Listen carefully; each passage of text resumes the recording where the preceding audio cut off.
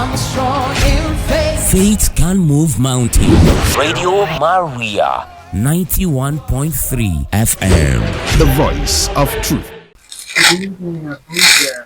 How you all doing? Are you on your way home? Are you home already? Are you still at work? Wherever you are, settle down, relax, and enjoy the next 1 hour with us. This is Journey Through Life with me, your host, Sisi Bunmi. My guest this evening is a medical doctor, Dr. Andrew Etsetowaghan.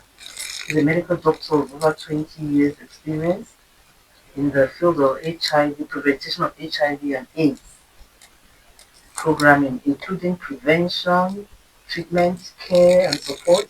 PMTCT. Doctor, what is PMTCT? It's an old term which is called prevention of mother to child transmission of HIV, but we now call it EMTCT. We want to eliminate, we don't want to prevent anymore. You're welcome to the program. Thank you for Thank you. to share your experiences with us. You're very, very experienced. You've been, you have worked in different managerial positions. You work with support of the UNICEF international organization. Tell us a bit about your career background. Okay, so as you said earlier, and thank you for having me. I've been a fan of Radio Maria for quite a long time, and I'm happy to be here. So as you rightly said, I'm a medical doctor. I've done my postgraduate training in the areas of public health, and I've worked in the field of public health space for over 20 years. I would say I started much early when the HIV score started, and I gradually moved through various organizations, numerous international and local organizations, and climbing the career ladder until I reached the managerial space, and eventually got to reach the peak of the career, starting to lead a project itself on its own. So that's in terms of my background, in terms of your career. yeah. So is HIV is it under control? Well, we are doing quite a good job at it right now, much better than before, but it's still not eliminated. We're still fighting to bring down the epidemic. So It's still an epidemic. it's not the same way it was in the early days, when you could see people with bones and all that. But because of all the in the early days, you could see people's bones, their chest. It's Yeah. develops when it becomes AIDS. Yes, then that was the early days. But now we have very potent medications. The medications have improved with time, and now you can take one medicine a day. And sometimes we joked about it that some people now take only one tablet a day. Some people that have hypertension and diabetes take quite a lot. So HIV has now become a chronic illness, similar to hypertension, to diabetes, and people live with it. So you have people that are now becoming grandfathers because they are able to manage their illnesses, taking medicines as at when due. But not to undermine the seriousness of the disease. Even though there's a drug that can just one tablet, like you said, but isn't the focus on prevention? So it's a total package. So for those that are not infected, everybody's affected or infected in one way or the other. How so? If you have a person that is your brother that has HIV, you're affected by it because his lifestyle, his ability to cope, you need to support him, especially during the early stages where he identifies and finds out about his ailment. It goes through a period of stigma, and you also have to support him during that period. But in general, both prevention, treatment, care, awareness, everything is a total package. So if you stop preventing, or you just face treatment alone, you may get people that get infected. And if you focus on infection, the people that are on treatment may infect others if they stop taking their medication. So we don't focus just on one portion of it. We try to look at the entire package. Holistically. Yeah. So, but I mean, HIV can also be transmitted in different ways, not just intimacy.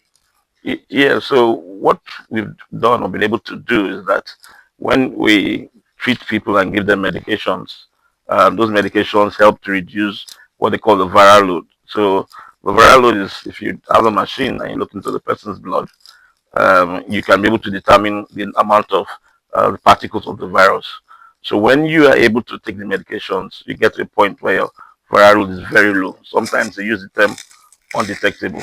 I've never really understood what you mean by viral load. I hear it all the time. Can you explain in case some of our listeners don't understand it too? Well, the viral load, as I said, in simplest terms, will be like if you were to count the HIV as a dot in the person's blood. If the person is not on treatment, there will be plenty of dots in the blood, in simplest terms.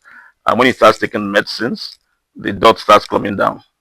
And if you have dots, you have the less chance of you infecting somebody. So when you get to a point where all the dots are almost gone, then you are almost, but you still have to, of course, use the ABCs, which is say abstinence, be faithful, and use of condoms are also important. That's what we preach here in a Catholic faith, you know. Yeah, so it's still very important. But what medications has done is that they reduce the possibility of you transmitting it to the most minimum level if you take your medicines. I ask that because with this kind of information, when some people think that this thing is not it's not a big deal anymore since it can easily be controlled. I mean, so why do I need to be careful? So Do you think that people would think like that? Some very careless people. well, in every Because you said earlier on that people that have blood pressure they say 3, 4, 5, and this one is just one tablet. So maybe they just think, well, it's not a big deal anymore. well, the difference between HIV and most other ailments is the stigma. So anything that has to do with sexual and reproductive health usually carries a lot of stigma. So the stigma with it is still there. A lot of places where you cannot say openly that you're HIV positive and get accommodation and be welcomed. Those days, we countries that won't even let you travel in. So the stigma is still there. But more importantly, it's like the fact that you have medications to support you.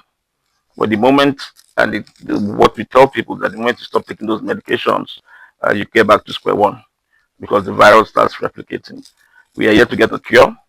So when you don't have a cure to an ailment, there's a lot of development towards a cure. But when you don't have a cure, what it means is that you need to continuously put pressure on the disease so that it does not replicate and goes back to its former course. What do you advise to young people listening to this who perhaps don't understand the seriousness of HIV? Well, Before we move on to other discussion, I want you to get that out. What's well, young people, university students? so with same thing with respect to sexually transmitted diseases, HIV is one of them, but HIV is one of them that has the greatest stigma. So the same thing is always ensure that you try to prevent it. So the ABCs against abstinence, be faithful if you're married, yeah, and of course use protection as when due. So those are the key things because your entire life I've worked with people, young people that have had their lives start to change because they had got infected at a very young period. I've had young people that have traveled abroad, and when they got abroad because they don't have access to the healthcare system, and you're unable to just walk into a clinic and say, I need HIV medicine because they're trying to get their papers. At those periods of their lives, they either need to start importing drugs from Nigeria or they default on their medications and their compliance. So it's something that is still very critical, and we must work together to ensure that we ensure the epidemic comes to the minimum. So do you recommend tests, people to go in for tests, whether you're at risk or not, or do you have any symptoms, say for instance? Well, we there's a pathological flow to the disease system itself. So what we do, and we also run those campaigns. We always run those campaigns talking that people should get tested. So you say know your status, and there are a lot of avenues to get that done.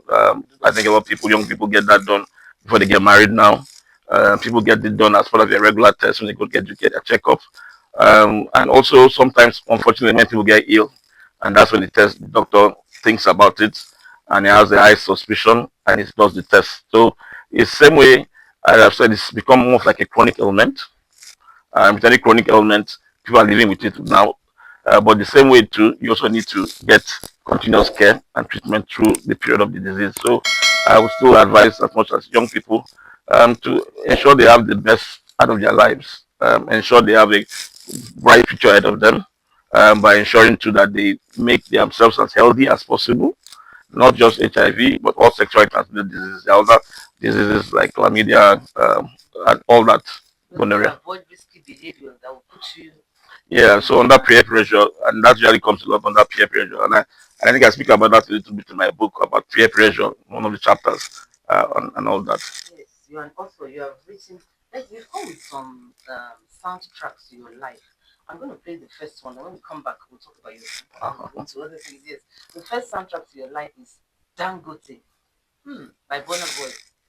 I think I have that. I'll play it for you. Dangote by Burna Boy. Dangote by Burna Boy. Why is that a soundtrack to your life? That first of all, I like Burna Boy's music. I'm a fan of huge Burna Boy. I like his first album, and his early albums, not much as these newer ones. But Dangote, that song, it's a hustler's song. It's a song that every Nigerian used to can relate to. And at a point in my life, I thought that if Dangote is, why should I be find myself sleeping? And I found out that I kind of idolize the song and kind of tried as much as possible to see how I could work as hard as possible, not minding what the toll will be on my health. I'm not saying Dangote doesn't take time off, but the song was for me was like if I'm coming to the office, then I'll be singing it. I mean, if Dangote, Ginger you. yeah, if Dangote not this, they work. Why am I not to be working? So and I'm not as rich as Dangote, obviously. So that was a song that at the point in my life, it was my anthem, and I was like a workaholic. If you send me an email at 3 o'clock, In the morning. I'll reply at 3:01. So I'll probably be awake. And if you send me an email at 5, I'll be sending you a reply at 5:01 or 5:02. So I probably will be on my laptop through the night, pushing work, trying to impress my bosses. Of course, you're pushing yourself so hard that of course you now reached the burnout stage. Tell us about that. Well, it's not as if there's a stage, per se. Every one of us in Nigeria, and there's a quote in the book where it's a funny quote that my book has a lot of quotes, and some of them are by myself. And one of them that says, if you don't need a psychiatrist in Nigeria, you definitely need a psychiatrist. That means you need one. Or if you think you don't need a psychiatrist, that means you actually need one. So throughout my career, as I usually mentioned, I went through different, trying to climb the ladder. I was that kind of guy that I was like your guy's guy. I was like the super boy. If I came to the class, I was I would try to answer the questions. I would try to progress by all any means to the next level, and I gradually went up the career ladder. But I eventually moved to a position, a national position, and I won't say the name of the organization, where I was managing almost 33 states in Nigeria. And at that point in time, I was so drawn to success, to hard work, to all that I kind of neglected my own health. And eventually, my sleep pattern, which wasn't ever the greatest, I never used to have the best of sleep, started to deteriorate without me knowing it. And from maybe 5 hours sleep, I went to 4 to 2 hours, then later to just an hour of sleep. And eventually, I couldn't now sleep without taking medications. And then medications started to increase too. So I would take maybe I won't call the name of the pills, so I don't want to seem to push people advertise that. But as a doctor, I could easily cross the counter and flash my. In Nigeria, it's not that difficult to get off the counter medications. Either you speak very well, you look affluent, they might want to give you a few pharmacists I must recognize, and I want to say their names too, that will ask you for a prescription. And I think it's very important that we get that back into our medical language that you must get a prescription. So I would easily go to those pharmacies that I knew that were poorly staffed and ask for this medication. And whenever they ask you, why do you want this? I'm a doctor. So I got to taking this large number of higher doses, but still couldn't sleep. Just to sleep. Yeah, so I couldn't still sleep. I would close my eyes and I would be on the bed from morning till night. I'll be thinking about work. I'll be racing through me. Did I do this? Did I do that? And it got to a point where I just broke down. I just totally broke down, and and eventually I get to be rushed to the hospital. So I get to the hospital. In the hospital, they run tests and run tests and run tests, and at that point in time, everybody knows that apparently something's going wrong, and they take away my laptop. They take away everything. I say just rest, but I still couldn't rest. My mind was at work. I mean, what could I do? I'm missing so much work. The work is, and that's one of the fallacies that we have. We think that we are indispensable, and we find out that we are in a job where you make it seem as if you don't come to work today, the work will go without you. And I said this. I had a discussion once with a friend, and I shared this story of when the friend is a ER physician, emergency physician in the US, and she was at work one day, and there was this major accident, and everybody was on high alert. They were looking for bodies to be brought and all that. So she has two phones, her office phone and the other line goes off, and she picks up the phone, and she's like, maybe they're calling me for more emergencies and the rest. And the person on the line says, please, I need Dr. Blah, blah, blah. Yes. He said, will you be willing to take a shift for somebody that died um, in that crash? The person's shift is meant to be tomorrow afternoon. So will you be able to take the person's shift? My friend was so amazed that I was actually thinking that I was helping people, but the hospital that had the victim as the doctor is looking for somebody that take over the shift. So when we think that we are indispensable, we are supermen, and that without us, and sometimes we deliberately hard work, we fail to delegate, thinking that we are the last person that will be fired in the organization. So that's how I got to that stage where I was very ill and very, very sick. I won't go into too much details so that you can get to read the book too. But Because that led you, of course, writing this book, Surviving a Burnout, a short story of anxiety, depression, hope, and recovery. So you mentioned depression. So did that lead you to, because is burnout the same thing as depression, or it's just no, so burnout is it usually used to be a term, but it's a WHO work related term now. So there's a definition of burnout. But usually it means that you're very unable to function fully at work, and there's other symptoms which are related to it. But when you're persistent and they are severe, then you can be what we call a syndrome that's called burnout. So I wrote the book because I found out that when I was ill, like I didn't seem to understand. Even as a doctor, I couldn't understand my symptoms, and that doctors too there couldn't. was no physical injury, there was no physical manifestation, or was there? So physically, okay, but when I went to see the doctor, one of the things he said was that my heart was beating so fast that if I didn't slow down, that I would die because my heart was beating so fast, and that the size of my heart alone had enlarged because he was doing twice his work. So it's like when you play basketball or you play football. You see, basketball, their arms are very big or bigger than others, and like bouncers and co. They carry a lot of muscle and a lot of iron. So that's the same way my heart has been doing so much work, trying to compensate because my body has been releasing the hormones and chemicals that make the heart to beat faster and faster. And eventually, I get prescribed a drug to slow down my heart rate. I go into so it's anxiety, depression. Those are things that are I use the word insidious. But sometimes we put so much priority in our jobs that we think that without our jobs we cannot live. And I was at that point in my life that my total identity was related to my job. So how did that affect your family life?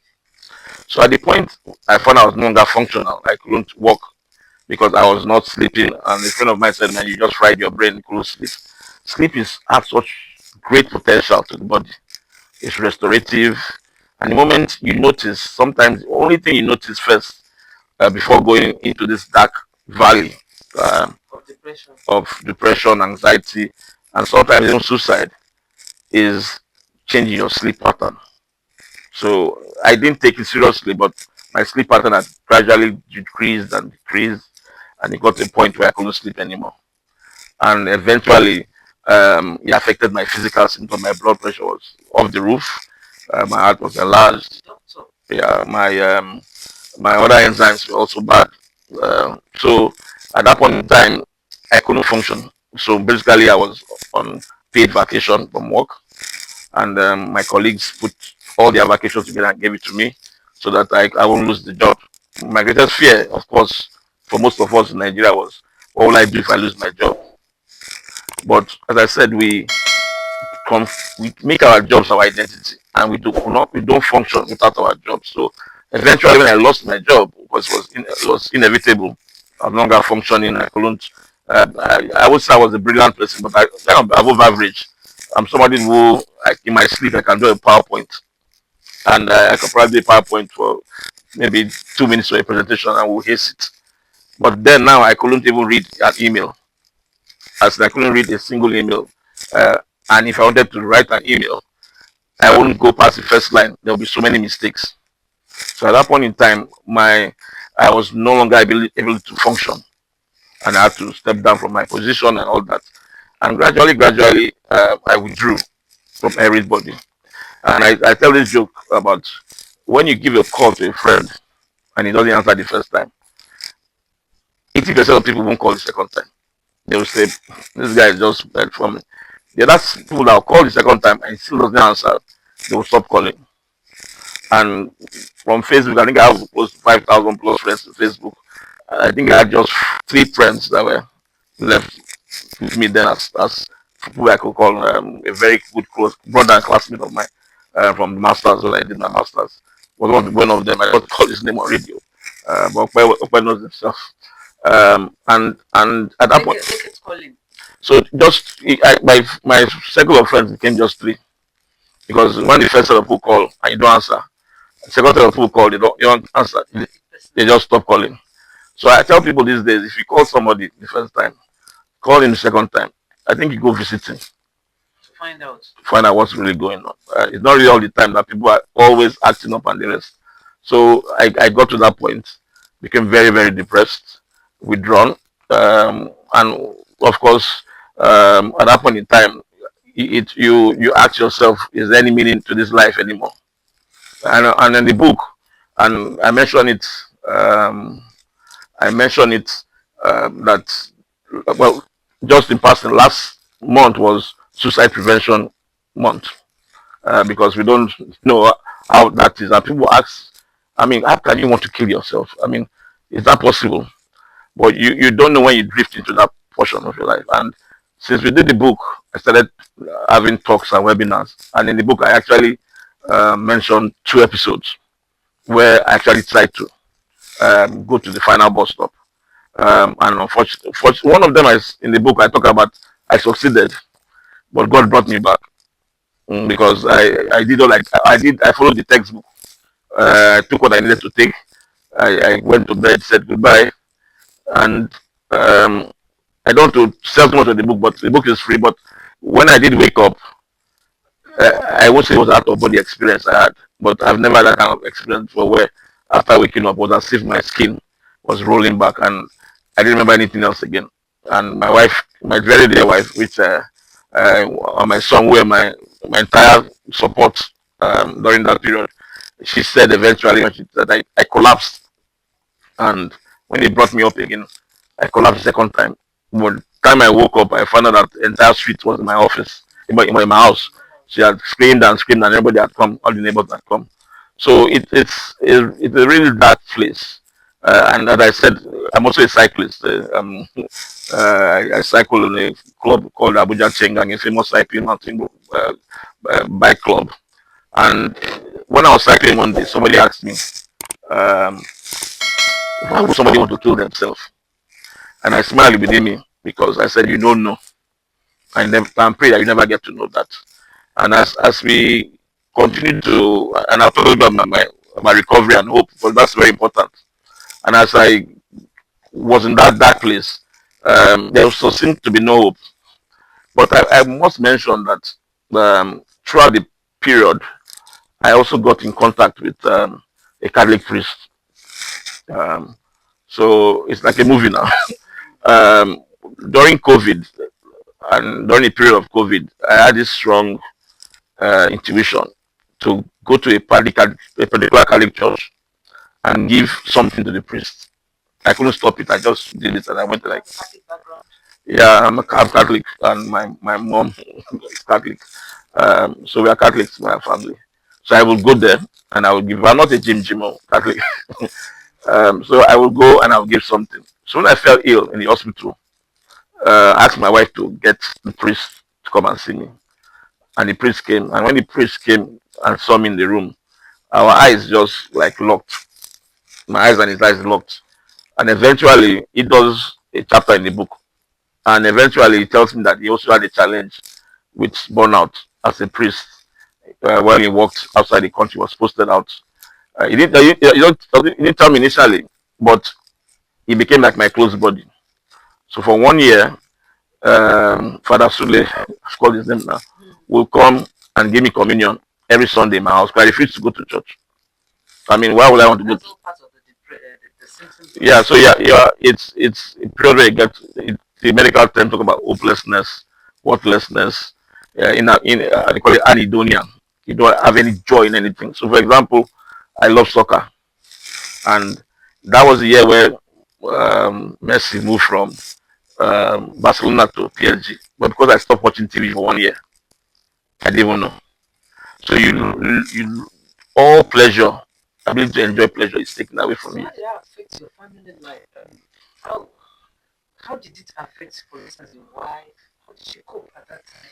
So it was tough for my family because, as I said before this period, I was superhuman. My wife basically didn't. I would say she doesn't know how to change a light bulb or buy what is buy gas. But women are quite strong. I must say that. And my wife was my entire backbone. And my son was much younger. He's nice. It was he's taller than I, almost my height now, and he's trying to fight for my sneakers now. But my wife was my backbone. And in the book, I say a story about when I highly judge these days, and I don't judge people because you don't know What they're going what through? they are going through, and of course, in we tend to externalize things. So in African we externalize and say anything that happens is because of something, and in doing that, everybody brings a solution when you're not feeling well.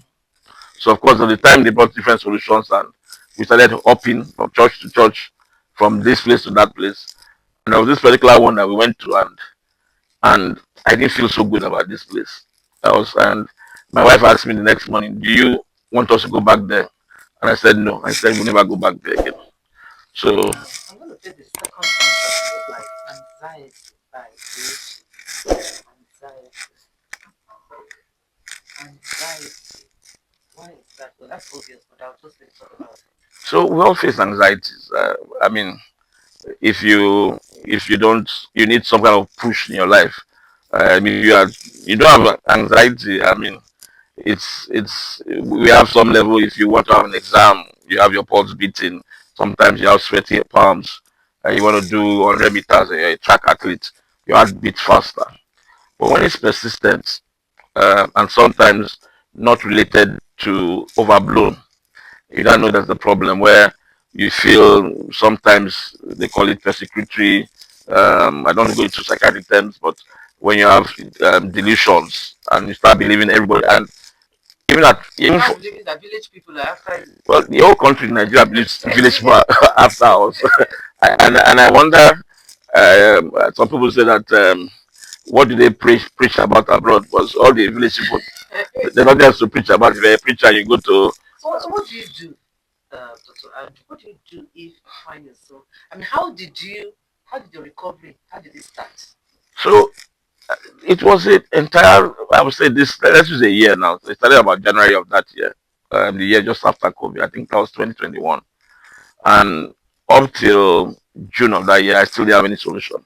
And by God's grace, we had resources. I left the country. I went looking for solutions outside and still couldn't find solutions. The doctors abroad didn't know what was going on.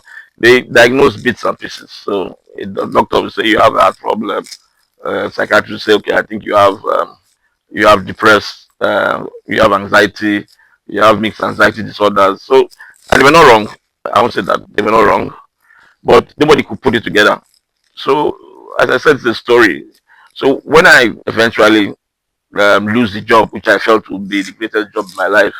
In fact, I tell you a story about that job. and some of us put so much priority in certain jobs. So when I moved to that organization, and I think I started on the 15th of the month, and my colleague also started on the 15th, so they paid us like half salary for that month. And from compared to where I was coming from, it was really huge. So I told my friend, is this salary for just half a month or is it for 3 months? The guy said it's for half a month. And I remember vividly saying that this kind of place you should die now. But this is the place where you should die. If you die in this organization, you know you died well. And actually, I nearly died. So the words nearly came to pass. So I went back to. So that was the motivation for you. Was it money? Was that the motivation that kept you, No, the motivation really initially sometimes your career is want you to get the better things of life to provide for your family. Yes. Then eventually you find that is money no longer becomes it is becoming relevant, becoming the go-to person, becoming the person that seeks name for yours. You're the super boy, you're the best guy available, and you want all the attention. And it's not a bad thing. Some people call it ambition, being ambitious, but when it drives you crazy or drives you into a wall and you don't know when to stop, that's when it is. So back to the story, I went back to office to pack my things. As I was packing my things, a lady came up to me and said, her name is Bridget. Usually, when we started doing webinars, she would join me, but she's out of the country now, I think. So she came and told me that I know what's going on with you. That can I come to your house? Or can I come and see you? Can I come and see you and your wife? So I said, well, fine. So she comes and comes to the husband. They drive to our house and she tells me, and I've really not met her before because then it was all virtual and I will hear her voice on the other side. And she comes to me and says, I think I know what's wrong with you. I think you're having a burnout. And I'm like, you shouldn't be burnout now. You shouldn't, but I've went to medical school. I didn't hear any burnout. What is it? She says, I'm telling you because I went through it. But I didn't go through it because of work. I went through it because of childbirth. That after I had my second child, all the things you're exhibiting, I exhibited it. postpartum? Yeah. It wasn't depression. It was, I won't say it's a meltdown. But after she delivered and she went back to work, she wasn't just quite ready then. Too much. Yeah, it was just too much, and she just needed time off, and it took her also a long time. And she said, "This is kind of food you think you should eat." Then two, I think you also should see someone else. There is, Therapist. yeah, the therapist. I think that's a bit specialized in this, and so I start seeing someone else, and he tells me about. I mean, it makes it clear to me that I think the best thing says to you is that you won't die, but you won't live a good life. And that's a lot of us when we find ourselves. We are just living and just existing day to day, but we are not happy with ourselves. And that's immediate point becomes the journey back gradually. So it takes me another 6 months for me to start replacing myself. Normally, I would not even be able to walk on my street. I would think everybody's looking at me that this guy's gone mad. I remember when I go for evening mass, my wife will hold my hands and my hands will be shaking because I'm so anxious. And she hold my hand in the church and the rest. She'll give me a handkerchief, clean your sweat. Because I will just have a panic attack. I'll be just like, what's going on? Everybody knows I'm sick. And this blah blah blah blah blah blah blah. So eventually, and the truth of the matter is that you're not that important. People are not looking at you. Everybody has their own. Everybody's looking at their own, they're working their own problem and the rest. So eventually I start taking those baby steps back and back. I start fortunately I'm able to get a job that's far better than the one I had before. Very stressful. No. So stress is relative. But right now I run a big project. But it is how you place it. So I'll give you an example. When I got back, it wasn't easy. I had to get a PA because I couldn't remember things as much as I could. I had to get someone to help me remember things. And as I got better and better, I made the deliberate choice to change how I would look at life going forward. If I got a second chance, I will not do the same mistakes as much as I can, and I'll prevent somebody else from going to the same place. So, first thing I did was to make people understand that when I leave the office, I don't take my laptop home Anymore. anymore. I leave my laptop on my desk when I go home. And I go home and I tell people that you can negotiate your time. Your weekend is your weekend. My weekend now is that if you get a call on the weekend, it must be a serious emergency. If not, don't call. My guest this evening is Dr. Andrew Etsetowaghan. Is you have a very, very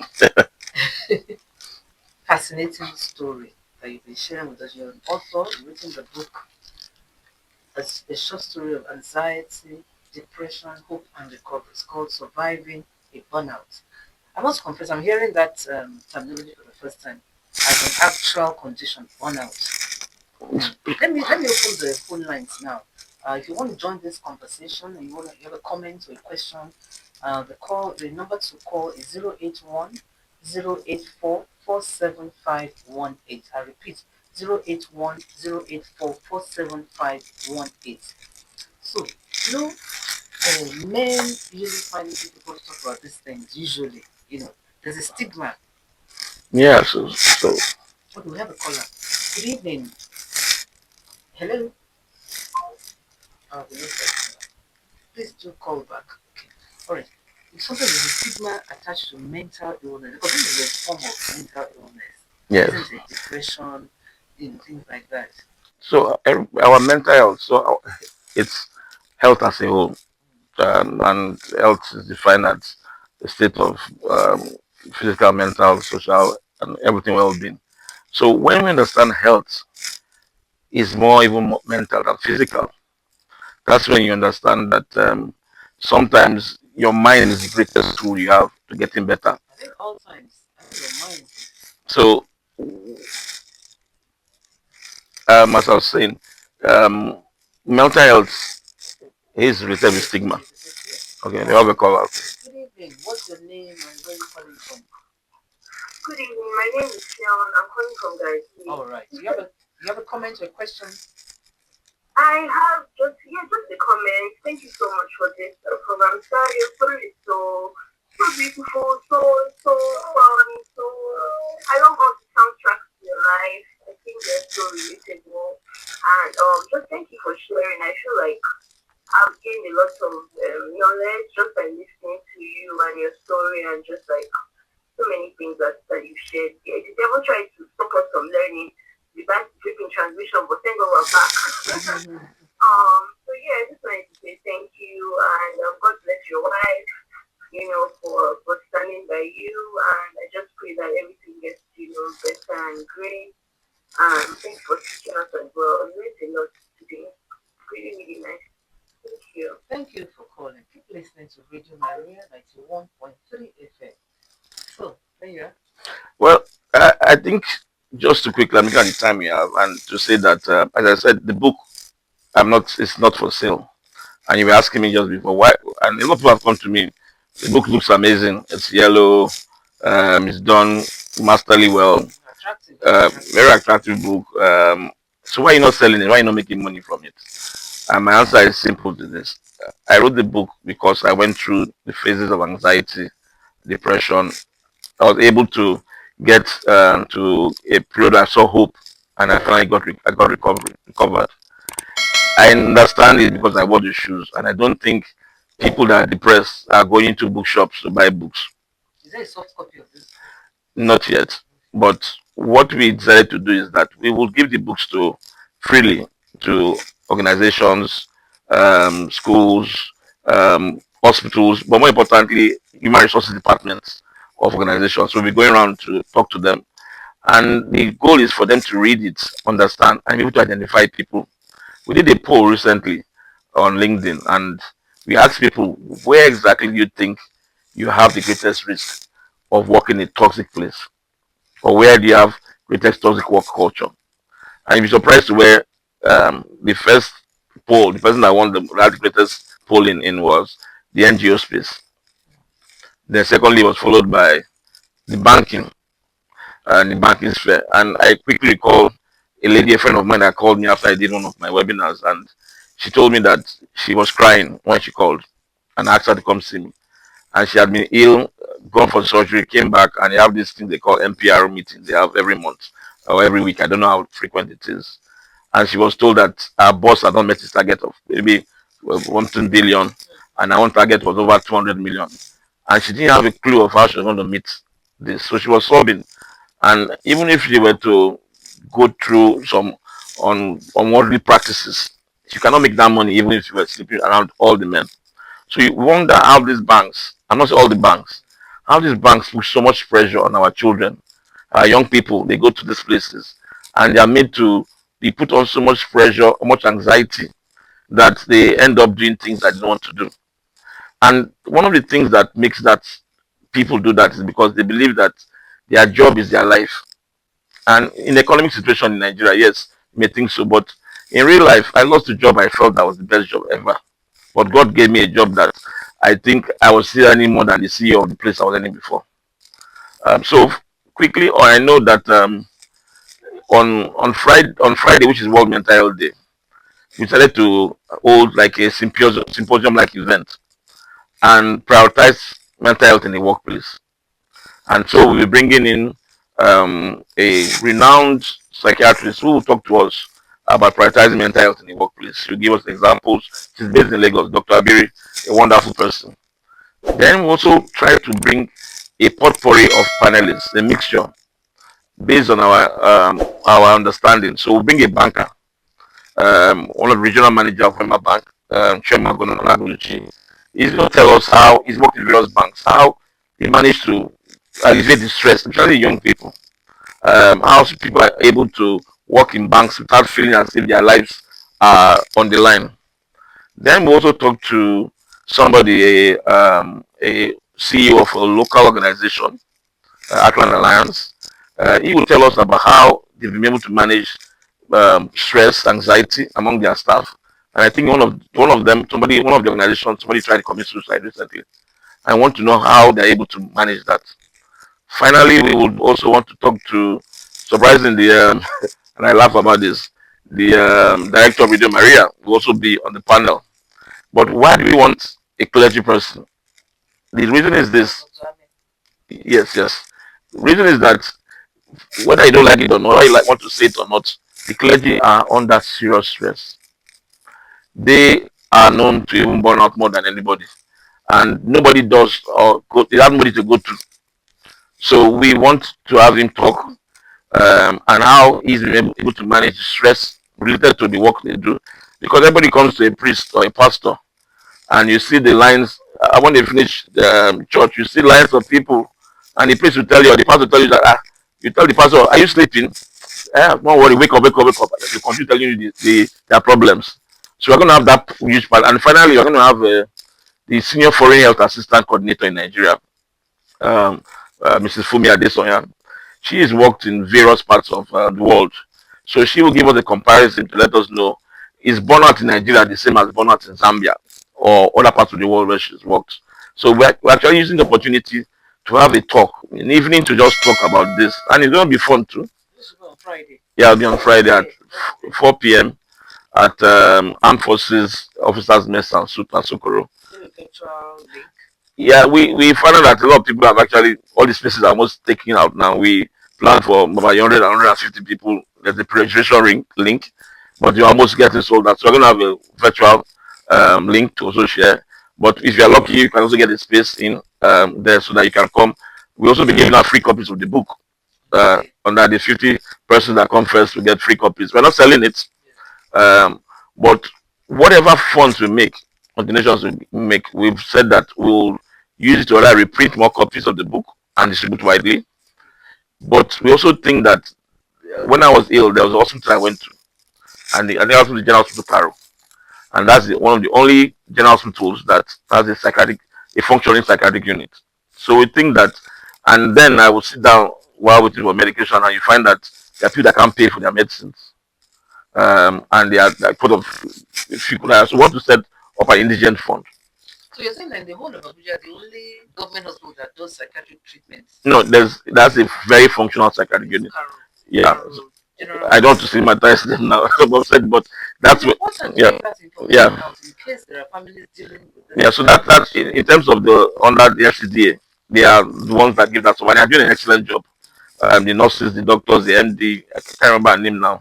they're doing an excellent job there. So I want to ask you a question, because we have just a few minutes. So, what advice do you give to people on how to strike a balance, work-life balance, in order to avoid this kind of situation so such as burnout? so I want What's your advice? so two quick things. My advice is to everybody there.